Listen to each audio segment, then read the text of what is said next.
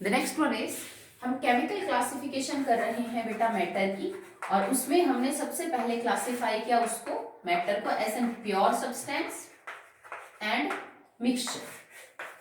Okay, so pure substances क्या होते हैं हम समझ चुके हैं, मिक्सचर क्या होते हैं हम समझ चुके हैं। देन प्योर सब्सटेंसेस को हम आगे क्लासिफाई कर रहे हैं into elements and compounds. Elements क्या होते हैं बेटा, एलिमेंट्स ये समझ लीजिए बेटा कि किसी भी प्योर सब्सटेंस की सिंपलेस्ट फॉर्म होती है। जब कोई भी एलिमेंट अपनी सबसे सिंपल फॉर्म में एग्जिस्ट करता है इन द प्योर फॉर्म, तो हम उसको एलिमेंट बोलते हैं। जैसे फॉर एग्जांपल, भाई आपने कार्बन डाइऑक्साइड लिखा, आपके पास गैस है, उसमें सिर्फ कार्बन डाइऑक्साइड के मॉलिक्यूल है, तो ये प्योर है। पर ये कंपाउंड है क्योंकि इसमें कार्बन का एटम भी है और ऑक्सीजन का एटम भी है। ठीक है, अगर मैं ये कह दूं कि मेरे पास सिर्फ ऑक्सीजन गैस है और कुछ नहीं है उसमें, तो ये आप कह सकते हो कि एलिमेंट है। ठीक है, तो ऑक्सीजन एलिमेंटल फॉर्म में नेचर में O2 की फॉर्म में मिलता है। तो प्योर सब्सटेंस के अंदर एलिमेंट्स हम किनको कहेंगे, यहाँ पे कोई भी सब्सटेंस जब अपनी सिंपलेस्ट फॉर्म में अवेलेबल हो प्योर स्टेट में, तो उनको हम एलिमेंट्स बोलते हैं। ये वो सब्सटेंस हैं जो कि प्योर फॉर्म में सबसे सिंपल मैनर में एग्जिस्ट करते हैं, और इनको हम एलिमेंट्स बोलते हैं। एलिमेंट्स को फर्दर क्लासिफाई किया जा सकता है into metal, non metal and metalloid.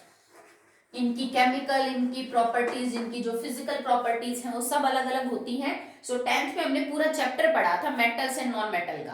तो किसी एलिमेंट को मेटल कब कहा जाएगा, किसी को नॉन मेटल कब कहा जाएगा, या कोई एलिमेंट मेटलॉइड कब होगा, ये आप सब बहुत अच्छे से जानते हैं। तो ये आप खुद कर लेना, सबके 5-5 एग्जाम्पल लिख लेना। जो भी हम केमिकल क्लासिफिकेशन करेंगे इनमें हर कैटेगरी के 5 एग्जाम्पल आप अपने नोटबुक में लिखेंगे। जैसे मिक्सचर के 5 एग्जाम्पल लिख लीजिए, फिर 5 लिख लिए होमोजीनस के, 5 हेट्रोजीनस के, प्योर सब्सटेंस के एग्जाम्पल लिखे, फिर आपने 5 लिखे एलिमेंट के और 5 लिखे कंपाउंड के। Okay, now what are compounds.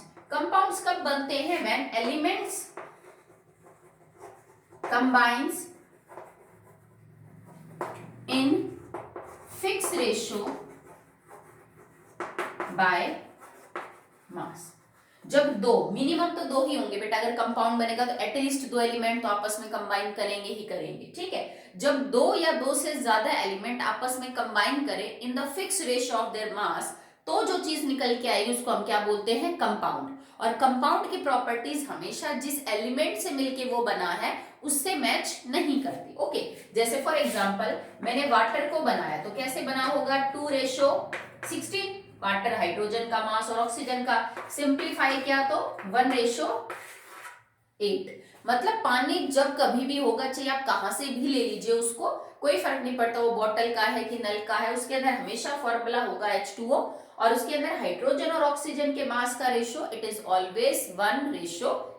Okay, इसमें कभी भी कोई वेरिएशन देखने को नहीं मिलेगा। अब वाटर बना कैसे, 2 एलिमेंट से। भाई जब H2 गैस ने O2 गैस के साथ कंबाइन किया तो जाके वाटर बना। हाइड्रोजन का काम होता है, हाइड्रोजन जलती है, ऑक्सीजन जलने में हेल्प करती है, बट इन दोनों को मिला के जो पानी बना that is use to extinguish fire, उसको हम आग बुझाने में यूज करते हैं। ये एग्जाम्पल बेस्ट है इस बात को समझाने के लिए कि कंपाउंड्स की प्रॉपर्टी जिन एलिमेंट से मिलके वो बना है उनसे मैच नहीं करती। नहीं तो हाइड्रोजन और ऑक्सीजन वाले गुण होने चाहिए थे वाटर में, बट अपोजिट गुण है। ये आग में हेल्प करता है, ये खुद जलता है, और ये आग बुझाने में हेल्प करता है। ओके, तो कंपाउंड्स कब बनते हैं, जब एलिमेंट 2 या 2 से ज्यादा फिक्स रेशियो बाय मास के अंदर क्या करते हैं, कंबाइन करते हैं। ओके, नाउ कंपाउंड्स भी 2 टाइप के हैं, organic, inorganic.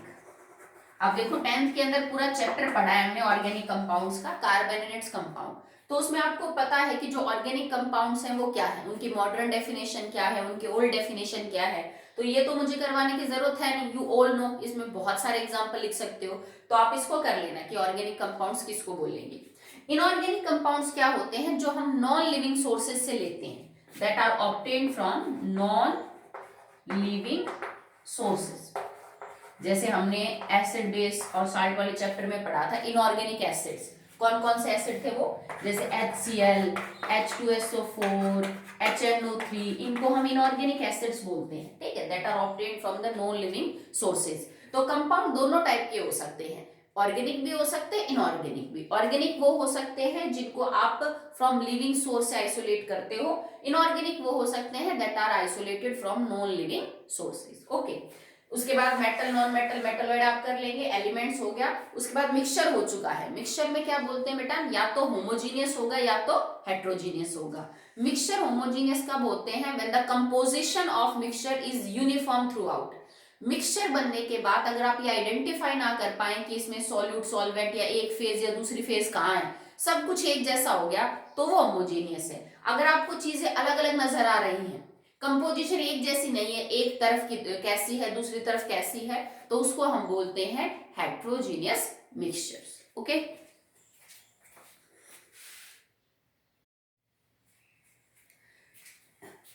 Next topic is difference between mixture and compound. अब आपने मिक्सचर भी पढ़ लिया क्या होता है, कंपाउंड भी, तो उनमें बेसिक डिफरेंस क्या है, तो हम इसमें कुछ डिफरेंस करेंगे जो एक्चुअली पेपर में भी आते हैं, पूछे भी जा चुके हैं। So number 1 is mixture can be prepared by mixing 2 or more elements in any ratio, in any ratio। मतलब यहाँ पे आपको मिक्सचर बनाने के लिए रेशो जो है वो जरूरी नहीं है कि आप हमेशा सेम रखो। जैसे मान लीजिए मैं ये बोलूं कि कोई बच्चा आयरन और सल्फर का पाउडर बनाएगा, तो आयरन और सल्फर का जो पाउडर बनेगा, मिक्स करके मिक्सचर बनेगा, उसमें हो सकता है किसी बच्चे ने 2 ग्राम आयरन के अंदर 5 ग्राम सल्फर ले लिया हो सकता है किसी ने 7 ग्राम आयरन के अंदर 10 ग्राम जो है वो सल्फर ले लिया हो। अब ये कंपोजिशन तो बराबर नहीं है, ठीक है, रेशियो तो सेम नहीं आएगा आपका। किसी ने हो सकता है 5 ग्राम के अंदर 5 ग्राम में मिक्स किया हो, पर बन तो सारे मिक्सचर ही गए। तो जब कभी भी मिक्सचर बनता है तो रेशो जो है एलिमेंट्स का, कंपाउंड्स का, देखो यहाँ पे मैंने मिक्सचर बनाया एलिमेंट और एलिमेंट के बीच, आप किसी कंपाउंड के बीच में भी मिक्सचर बना सकते हो। जैसे मैं NaCl और C12H22O11 चीनी और नमक को आपस में मिक्स कर दे तो भी मिक्सचर है, पर ये 2 कंपाउंड्स का मिक्सचर है। ओके, यहाँ में मैंने 2 एलिमेंट्स का जो है वो मिक्सचर ले लिया, ठीक है। आप चाहो तो किसी एलिमेंट और किसी कंपाउंड का भी मिक्सचर बना सकते हो। जैसे मैं नमक के अंदर आयरन मिला सकती हूँ, तो वो कंपाउंड और एलिमेंट का मिक्सचर हो गया। पर यहाँ पे रेशो फिक्स नहीं होता है कि आपने बहुत नाप तोल के कोई चीज की है, किसी भी रेशो में मिला दो वो मिक्सचर बन जाएगा। बट इसके अंदर ratio is fix, ratio is fix. अगर आप कार्बन डाइऑक्साइड के बारे में बात करेंगे तो CO2 के अंदर हमेशा ही कार्बन का तो 12 और ऑक्सीजन का 16 दूनी 32, ये रेशो रहेगा। If CO2 is there, it is prepared from any source, किसी भी सोर्स से बनाया हो, किसी रिएक्शन में बाहर निकली हो, स्टोर कर रखी हो आपने किसी कंटेनर में, हमेशा कार्बन डाइऑक्साइड में कार्बन और ऑक्सीजन के मास का रेशो क्या मिलेगा, 12:32। ओके, तो यहाँ रेशो फिक्स होता है, यहाँ पे रेशो फिक्स नहीं होता। Okay, it is prepared by a physical process या फिजिकल चेंज है। मिक्सचर को बनाना एक फिजिकल चेंज है, जबकि ये क्या है बेटा, एक केमिकल चेंज है। भाई कार्बन डाइऑक्साइड कब बना, when carbon react with O2, water कब बना, when H2 react with O2, calcium carbonate कब बना, when CaO react with CO2। तो यहाँ पे तो केमिकल रिएक्शन से कंपाउंड बनते हैं, जबकि ये तो फिजिकल प्रोसेस है। आपने नमक और चीनी को मिला दिया, कोई नई चीज थोड़ी ना बनी, मिक्सचर बन गया। तो ये फिजिकल चेंज होता है और ये चेंज क्या होता है, केमिकल। थर्ड है properties, properties are similar to constituent particles. अब इस बात का क्या मतलब है कि मिक्सचर बनाते वक्त आपने जिन चीजों को आपस में मिक्स किया है, मिक्सचर बनने के बाद भी प्रॉपर्टीज वैसी रहती हैं। जैसे मान लो फॉर एग्जांपल आयरन और सल्फर को मिला के आपने पाउडर बना दिया, ग्रे कलर का आयरन, येलोइश कलर का सल्फर, दोनों को मिक्स कर दिया। अब इस मिक्सचर के पास अगर तुम मैग्नेट लेके जाओगे तो मिक्सचर के अंदर मौजूद आयरन क्या मैग्नेट को अट्रैक्ट नहीं करेंगे, बिल्कुल करेंगे। मतलब आयरन ने अपनी जो प्रॉपर्टी है टू अट्रैक्ट टुवर्ड्स मैग्नेट वो लॉस नहीं की मिक्सचर बनने के बाद भी। अगर आपने नमक और चीनी का जो है वो मिक्सचर बना दिया, उसमें से अगर मैं एक चीनी का पार्टिकल उठाऊं तो क्या वो मीठा नहीं होगा, क्या वो जो नमक का उठाऊं तो क्या वो खारा नहीं होगा, होगा। तो इसका मतलब मिक्सचर बनने के बाद एलिमेंट्स या कंपाउंड अपनी प्रॉपर्टी को लॉस नहीं करते हैं, वो वैसे ही रहते हैं, उनकी प्रॉपर्टी सिमिलर रहेंगी। कंपाउंड्स में प्रॉपर्टी बदल जाती है, आप इसके अंदर कह सकते हो प्रॉपर्टीज चेंज, प्रॉपर्टीज चेंज। जैसे मैं अभी आपको समझा रही थी वाटर का एग्जांपल लेके कि हाइड्रोजन जलता है, ऑक्सीजन सपोर्टर है कंबस्शन का, but H2O is used to, आप कह सकते हो कि वो आग बुझाने के लिए काम करता है। कार्बन डाइऑक्साइड है, कार्बन डाइऑक्साइड किससे मिलके बना, C+O2 CO2, CO2 आग बुझाती है। कोयला बहुत अच्छे से जलता है एज एन यूज फ्यूल, हम फ्यूल के तौर पर कार्बन को यूज करते हैं। ऑक्सीजन खुद जो है वो सपोर्टर है कंबस्शन का, पर दोनों के मिलने से जो कार्बन डाइऑक्साइड बने उसको हम फायर एक्सटिंग्विशर के अंदर यूज करते हैं। तो कंपाउंड की प्रॉपर्टी उसके मिलने वाले एलिमेंट या फिर मॉलिक्यूल से, कंपाउंड से अलग होती हैं, जबकि मिक्सचर के अंदर प्रॉपर्टीज में सिमिलैरिटी आपको देखने को मिलेगी। अगर मिक्सचर बनने के बाद आप इसको अलग करना चाहते हो तो आप फिजिकल तरीके से इसको सेपरेट कर सकते हो। आप क्या लिखोगे, बाय फिजिकल मेथड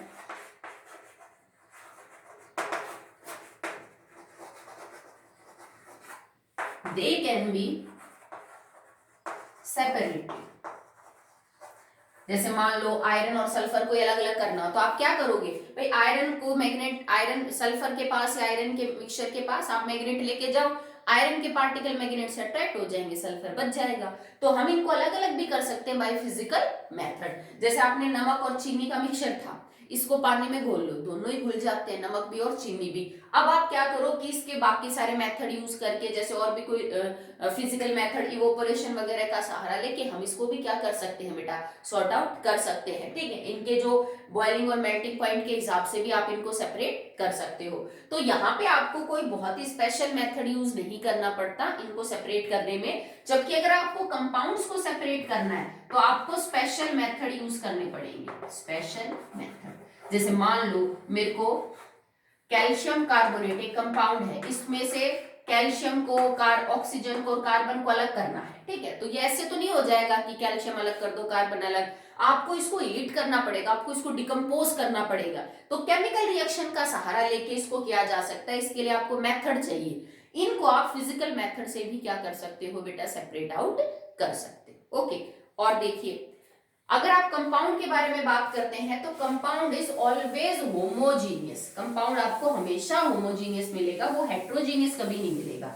मिक्सचर आपको हमेशा होमोजीनियस मिले ये कोई जरूरी नहीं है, mixture can be homogeneous and it can be heterogeneous. Okay, तो इसमें आप कह सकते हो कि ये आपको हेट्रोजीनियस भी मिल सकते हैं मिक्सचर और होमोजीनियस भी, हमने टाइप पढ़ी थी। But compounds are always homogeneous, ये हमेशा ही होमोजीनियस होंगे, इनमें आपको कभी भी सेपरेशन नजर नहीं आएगा, कोई भी कंपोजिशन भी। जैसे नमक है, अगर आपने नमक का कोई क्रिस्टल ले रखा है तो वो सारा हमेशा एक जैसा मिलेगा, उसमें ये नहीं होगा कि एक तरफ तो सोडियम आयन बहुत ज्यादा है, एक तरफ तो क्लोरीन आयन बहुत ज्यादा है, ऐसा नहीं देखने को मिलेगा। अगर आपने एक जग में पानी ले लिया तो उसमें पूरे में सब जगह मॉलिक्यूल वही H2O के होंगे, ये नहीं एक तरफ तो हाइड्रोजन बहुत ज्यादा इकट्ठी हो रही है, एक तरफ ऑक्सीजन, ऐसा नहीं होगा। तो compounds are homogeneous in nature always. Mixture जो है बेटा आप हेट्रोजीनियस भी ले सकते हो और होमोजीनियस भी ले सकते हो। ठीक है, कंपाउंड्स का जो मेल्टिंग पॉइंट और बॉइलिंग पॉइंट है दैट इज फिक्स। भाई किसी कंपाउंड का तो ये यूं समझ लीजिए बेटा फिंगरप्रिंट होता है। अगर आपका पानी 100% प्योर है then it will boil at 100 degree Celsius. अगर आपका पानी एकदम प्योर है तो उसका फ्रीजिंग पॉइंट होगा 0 डिग्री सेल्सियस। अगर पानी में कोई भी इम्प्योरिटी मौजूद है तो वो 100 से ऊपर या नीचे बॉईल कर सकता है और 0 से ऊपर या नीचे फ्रीज हो सकता है। ओके, सो मेल्टिंग और बॉइलिंग पॉइंट कंपाउंड का एकदम फिक्स होता है, वो वेरी नहीं करता कि एक बच्चे ने पानी को बॉईल किया प्योर पानी को तो उसका 100 पे बॉईल हुआ, दूसरे बच्चे ने प्योर वाटर को बॉईल किया तो 90 पे बॉईल हो गया। नहीं, प्योर होगा तो उसका फिक्स होगा मेल्टिंग और बॉइलिंग पॉइंट। जबकि मिक्सचर्स का वेरी करेगा। वेरी क्यों करेगा बेटा, जैसे मान लो एक बच्चे ने क्या किया, 5 ग्राम नमक और 10 ml पानी में डाल दिया वाटर में। एक बच्चे ने क्या किया, 50 ग्राम नमक डाल दिया 20 ml पानी में।